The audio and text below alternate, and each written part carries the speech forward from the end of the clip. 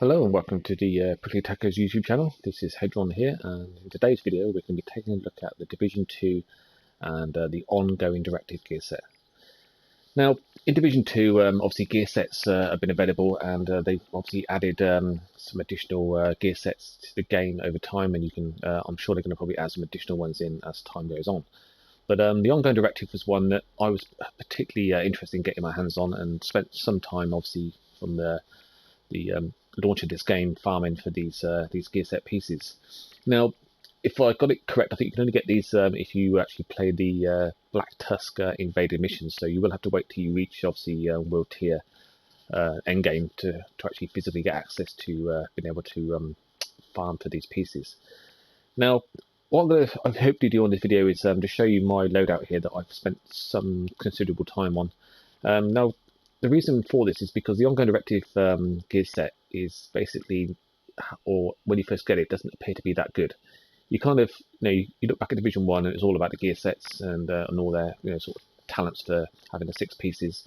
And now things obviously changed in Division 2, and there's these high-end branded sort of like hybrid loadouts that people can do, and super powerful with obviously super armor and crit hit damage, crit hit chance, and all the sort of like other lovely stuff that we love in the Division. And I kind of miss and hanker after the old gear sets. So when I first got this gear set, I was running with this, and it just was it's okay, but it just didn't really sort of like give me the edge that, or at least didn't give me the kind of play style I wanted. And I looked at the reviews on this online, and everyone was saying it's a skill build, and that's all it is. And I kind of just didn't want to believe that, because I think this should play more like a kind of an assault sort of build, or an attack build, if you like.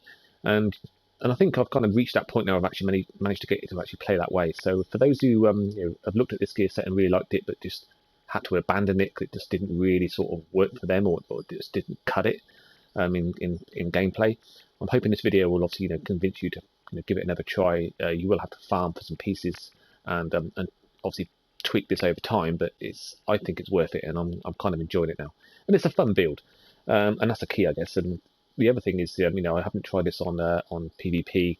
I don't think it's going to probably stand up to a lot of the high-end builds that are in PvP mode. This is more of a PvE sort of enjoyable build.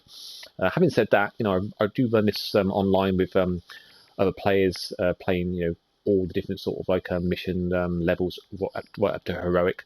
I've done tidal basin on heroic on this a number of times, and it's been quite a successful build for that. So don't let the fact that obviously some of the stats on here make you think this is a weak build. It is in places, and it does need some work in. There is some work in progress, especially around the health on this, and I'll cover that as I go through this particular loadout.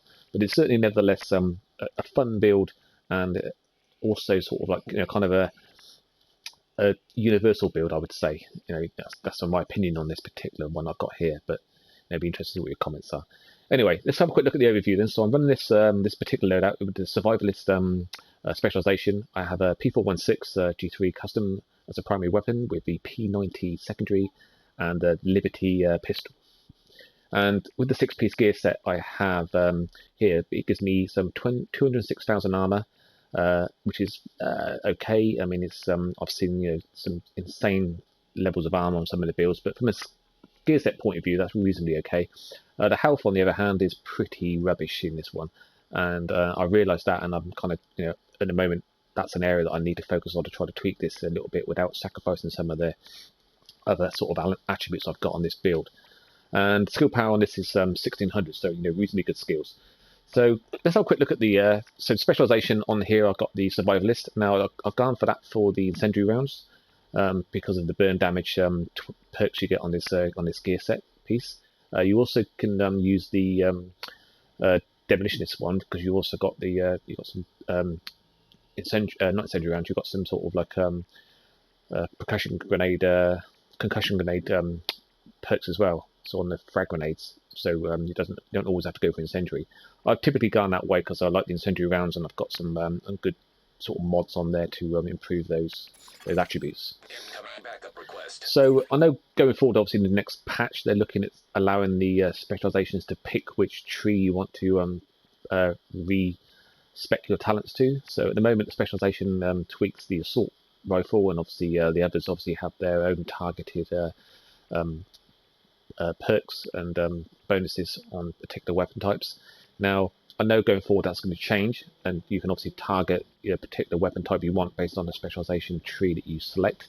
The only thing I don't know that you can do is that whether or not the incendiary rounds will also be available across all of the different specializations. So that's one to watch. But anyway, that's something to see when the next patch rolls out. Anyway, let's have a quick look at the weapons then. So again, I've got the P416, so have a quick look at that. So this one currently is running at 20k damage with 825 rounds per minute with a 40 round mag. This particular variant has the talents of Sadist, which gives you 20% weapon damage for bleeding enemies. Be quite good if it had the burn based talent on there, but obviously nevertheless that's still pretty cool. I've re-rolled this one to give me the 10% rate of fire because this had a lower rate of fire, so I've got the Allegro on there to handle that. And it has a Rooted, which is a kind of skill perk talent, which I'm not really too fussed with, but I'm sure it obviously benefits this build, but I don't typically worry too much about that. On the mods, I've gone for all-out damage, so I've gone for 8% damage to elites on here. I've got the light extended round to give me the additional 10 rounds. I've got a reload speed of 10% to take the edge off the reload on this weapon, and I've got a 5% damage to elites on muzzle brakes. So I've gone sort of, stacking damage towards this one, and it comes in at this 20k, so that's reasonably good. Now on the secondary weapon, I've got my P90. Now I did run the chatterbox for a while, and I just could not get on with it. I just can't put my finger on why I don't like it. I know it's awesome, and I've seen people play with it and show it's awesome. I just found it's just unpredictable behavior wise, and I just couldn't kind of just get used to it. I will go back to it, and I still got it, and I'm not going to get rid of it. I'm going to set up another build with it and stick with it for a bit and just try to get my play style to gel with it. I just couldn't run it on this build. So I know it's got an awesome holstered talent of obviously the speed boost you got on your rate of fire, but I do like the P90, so I did go for this high end one I found, which is quite awesome. So this one's got the 11.6k damage on this build, the 900 rounds per minute, which is solid and static, the 60 round mag. So I've gone for this one that has talents of Optimist, which gives you the 3% increase for every 10% of ammo missing from your magazine, so that's pretty cool. It does require 5 or less offensive attributes, so you have to bear that in mind. It's got the extra 20% capacity on this one to take up to 60 rounds, and it does have cannon, which is the increased distance you can throw the grenades, so that's kind of cool. Now, again, on the mods, I've gone all out damage, so I've got the 8% damage elites again with the EXP S3 sight, the muzzle brake 5.56 for the 5% damage elites, and that's basically all she wrote. So on this one, again, pretty good sort of secondary weapon, useful for when you get rushed and you want to just flip to another faster rate of fire submachine gun. Again, I know there's others out there that are better, but this seems to work well for me for this build, and I will be on the lookout for obviously improving this over time. So before we get on, let's go and have a look at the pistol. So again, I'm running I do switch between two, so I've got the Liberty and I've got the Survivalist D50. The only reason I run these is purely for the holstered talents. So on the Liberty you have the Independence, which while holstered, destroying weak points refills 20% of your current weapon's magazine. Again, there's no sort of like happens every 10 or 15 seconds or whatever on that one. That's pretty much there all the time. The D50 Survivalist has a similar talent called Double Duty. This one, however, obviously whilst holstered, reloading from empty gives you 20% of your weapon's magazine back as free ammo. Can occur once every 30 seconds. So again, it's got a chance of it occurring obviously once every 30 seconds. But with the Liberty, you've got this consistent thing where obviously it's available pretty much all the time. I do toggle between these two to sort of like see what the differences is between them, and I'm kind of leaning more towards the Liberty at the moment, obviously with the exotic. Now, again, with the exotic Liberty, I don't typically use it as an offensive weapon. It's got an insane kickback on the actual weapon. So the actual physical 8 rounds it has, even though it does damage of some 70 odd K, the recoil on it is insane, and it's difficult to retarget each shot. But it's good for the holstered attributes. So let's quickly go on to the skills here before we look at the gear set itself. So I'm running the Seeker Mine here with the Mender attribute on it. Now, I did run the Medic Drone and I did run the Chem Launcher. I've tried both of those. I got on okay with them. I found the drone to be susceptible to being shot out the sky too often because I had really poor health on it, and I couldn't really sort of like improve that. So I opted for this particular one over the Chem Launcher because this one is just fire and forget. I got it on a 25-second cooldown with a 120-second duration. So all I do is pop this, it just follows you around, dispenses the health as and when your character needs it. So, you know, pretty powerful. Cooldown's quite good, so you can pop it reasonably quickly. That coupled with the drone I'm using a Defender drone in this particular build. Now this one is it's kind of, I never looked at it initially, didn't think it was something that I would find useful, but having played with it a while, it's absolutely powerful and awesome in terms of, you just don't realise just how good this drone is.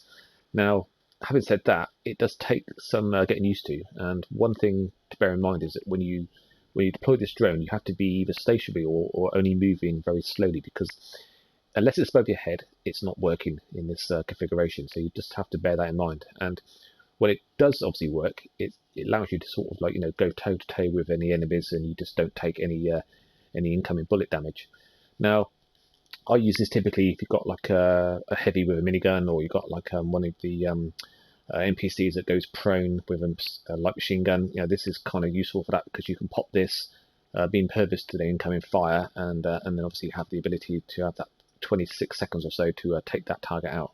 So pretty good. And again, I've got on a 10-second cooldown, so you can, you know, pop this pretty often, and it comes in really well for offensive play.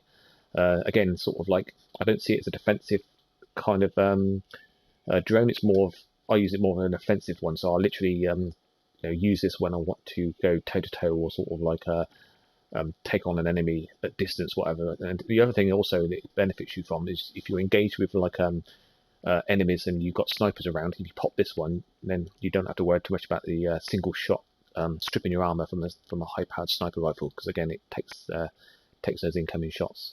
So recommend this one. It does take some tweaking to get some decent cooldown and decent duration on it, but once you've got that, and depending on how good your skill level is, you can run with this drone, and it's super powerful. Okay, so additional to that, I mentioned before, I've got the incendiary rounds. Again, as part of the specialization I have here, which we know is going to change. I've also got the ability to go to the concussion grenades if I want to, but I typically stick with the incendiaries due to the level of burn damage I've got on this particular loadout. Okay, so let's take a look at the gear set then. So again, let's have a look at the mask. Now, for anyone who's not familiar with this particular gear set, this ongoing directive has the following attributes for each of the pieces you have. So if you have 2 or more pieces, you get 20% weapon handling. If you have 3 or more pieces, you get 25% burn damage, which is pretty awesome with the incendiary rounds, and special ammo.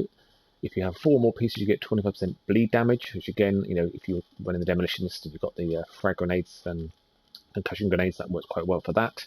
And again, if you've got 5 pieces, then this one has this talent cord or attribute called emergency requisition. Now this is quite an interesting one. So this one basically has the ability to be able to collect armor kits, ammo and grenades that have fallen from NPCs within 40 meters of you automatically every 30 seconds. So how it works is your character sends out a pulse every 30 seconds, and as that pulse sweeps out and then sweeps back towards you, it collects and picks up any of those dropped resources. So again, you don't have to leave cover to go and collect any ammo if you're running low, or health kits or grenades. They literally just as soon as the NPCs drop them, they just return back to you. So that's really powerful. And as the talent goes, it's kind of overlooked, but it certainly does work well, and that's what makes this ongoing directive one of the reasons why I kind of like this gear set. Now the 6-piece talent is a bit more controversial. This one has been tweaked a little bit, I believe, in the previous patch. So this particular one is that if you kill on an enemy kill, you get a grant of some special ammo, either incendiary, explosive, or shock to one of your weapons. Now this used to be to one of your other weapons. So if you were running the assault rifle and you had a kill, you'd find you'd have some special ammo in your pistol or your secondary weapon, and that would mean that you would have to swap weapons periodically to be able to obviously benefit from this perk. And what they've done now is they've tweaked it to allow it to be into any one of your weapons, so you could even have the special ammo in the weapon that you're actually firing at that time. Again, I'd probably like to see them tweak this again and have it where you can choose which weapon that you want to have this talent on. So you can say, I always want this weapon, always want this special ammo to be allocated to this weapon, like the weapon I'm firing, running with, or a weapon of my choice. And if it then fills up, that ammo then spills over to your other types of weapons you have.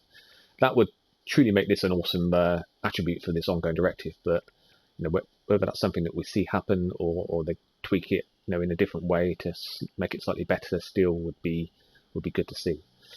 Anyway, okay, so basically what we do then is look at these individually. So if I go into the mask itself, you come down to the attributes. So this one has been obviously tweaked by having an update on the offensive attribute to damage released to 41%. So pretty powerful there. So that particularly that attribute talent there is obviously quite beneficial. And if you go down on the mods, I've got a skill power update on the mods and also burn damage and increased burn duration. So again, everything targeted towards damage, and especially with the incendiary rounds sort of favouring this particular build. All my mods and skills will leverage towards burn and bleed damage. Burn and burn duration where possible. So let's have a look at the harness. So the harness on this one, again, this one has been updated to have weapon damage to 12.5%. So again, stacking everything towards the weapon damage where possible. Utility mods on this one, skill power where possible, but again, increased burn damage and burn duration where I can get that stacked on. And again, on utility mods, skill power and obviously stacking skill power towards the drone on the seekers where possible. Defensive wise on this one, again, due to the poor health, I've gone for the 13% burn resistance and 14% shock resistance on here. Obviously is a means to be able to try and help with that low health. I was still obviously looking to sort of play around with that to try to improve it further. So look at the holster. So on the holster here, we have a modification to critical hit damage of 13.5%. So again, stacking it all towards damage.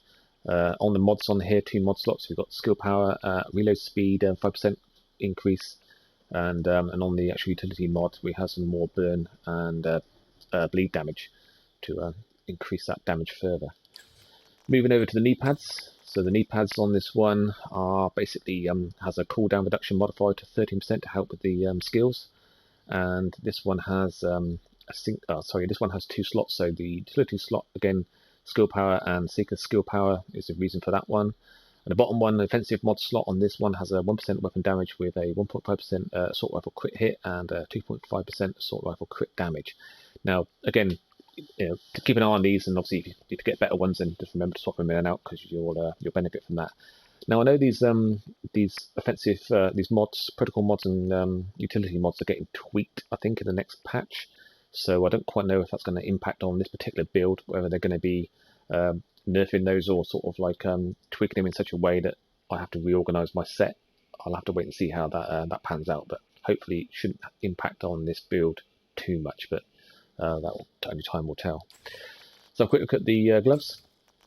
So on the gloves we have again assault rifle damage on this one, 11%. So again, stacking towards the older damage on this one. So you can see the trend on this particular loadout is all about damage from an offensive position. Utility mod on here has got skill power with grenade damage and explosive damage. And finally the backpack. Now this was a particularly difficult one to farm for. I didn't have a huge number of ongoing directive drops on this one, so I was kind of limited on my options. But this one I've gone for has a modified armor on this to help obviously boost my armor, and the 42% burn resistance is also useful for trying to bolster that low health at this moment in time. Again, this one has a couple of mod slots, so again, skill power where possible, and also skill seeker power to help with the skills, and also again, same old theme, burn damage and increased burn duration where possible. So guys, that pretty much sums up this this gear set. So 206,000 armor, again as we mentioned, is reasonable. 27,000 health is not so great, and there's obviously some work to be done on trying to improve that on this particular build. And the skill power at 1600 is pretty healthy for the skills. Now, as you probably noticed as I was showing this, I've got quite a number of pieces here.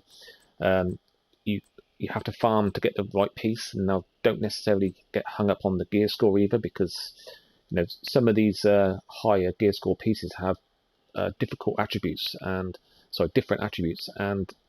if you're looking for a particular type of role, then don't be afraid to pick a lower gear score, because again, this particular one at 21.6k, there are some pieces here that have a higher armor, but they don't necessarily have the attributes that would make the difference that you want for your particular build. So you can cherry pick from a set of gear pieces you have. Obviously, the more you have, the more options you have to actually look at what you can build.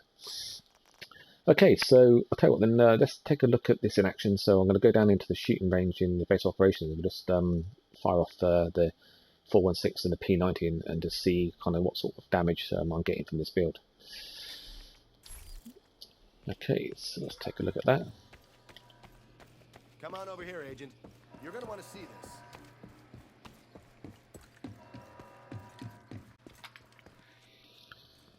Okay, so we're going to use the damage per second lane, so just going to basically set this up to show some of the damage we're getting on these particular weapons for this particular build. So I'm going to change the difficulty up to named. And let's go ahead and change it across to the P416. So what I'm going to do then is fire off a few rounds on here and obviously just look at the damage on this one, and also pay attention to the bottom left hand corner. Just behind my backpack you'll see the special ammo being awarded to me as I get kills. So there is a bit of an oddity in here. I don't know whether it happens as part in the actual gameplay on missions themselves, because I've run this build on a number of missions and I don't tend to watch the ammo I get given due to the action that's happening, but I've noticed sometimes that you get zero ammo being awarded, which is a bit odd. So I'm not sure whether that actually is zero or it's just a glitch in the actual physical reporting on screen. But anyway, let's fire off some rounds and take a look.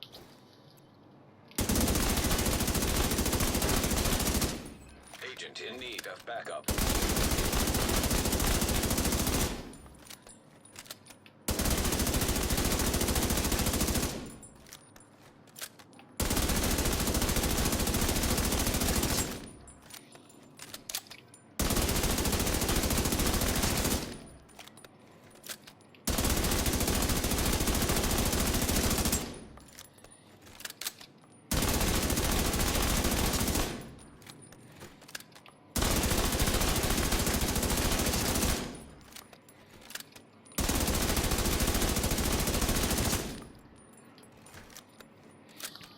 Okay, so as we noticed there in bottom left, you saw some additional special ammo being awarded as you were getting kills, and obviously the damage per second on that round was 797,000 for this particular weapon.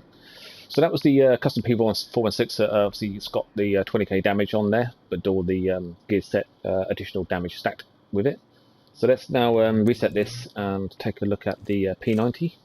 So again, this is the P90 that obviously may or may not have some special ammo currently assigned to it from the previous kills we had, and also obviously we're doing the same difficulty named, so we'll run off some rounds on here and see what the damage is on this one. And again, you'll see some special ammo being awarded to obviously the weapons as we get the kills. So let's fire off a few rounds on here.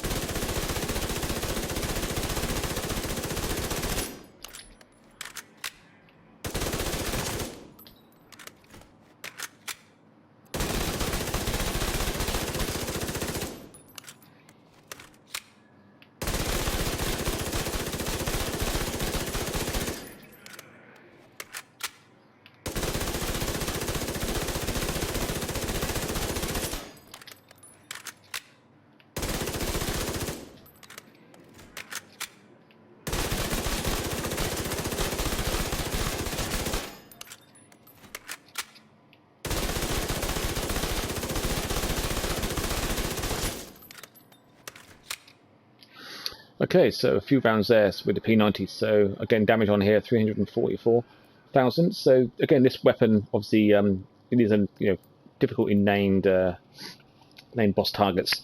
Now this weapon is kind of useful when you've got close quarters stuff. So if you're obviously getting rushed or you find yourself in a situation where you need a obviously faster rate of fire, and it actually is invaluable when I'm playing this. Now I've been running this build on some missions with obviously other players online up to the heroic level, so doing Tidal Basin on heroic and Roosevelt Island. This particular build is holding its own quite well, so I'm pretty pleased with it at the moment. And it's a case where I know there's some limitations on this build. One of them being the actual physical health being reasonably low, and I'm looking to sort of combat that. But this video was essentially just to kind of reintroduce the Ongoing Directive gear set to those who considered it but kind of abandoned it.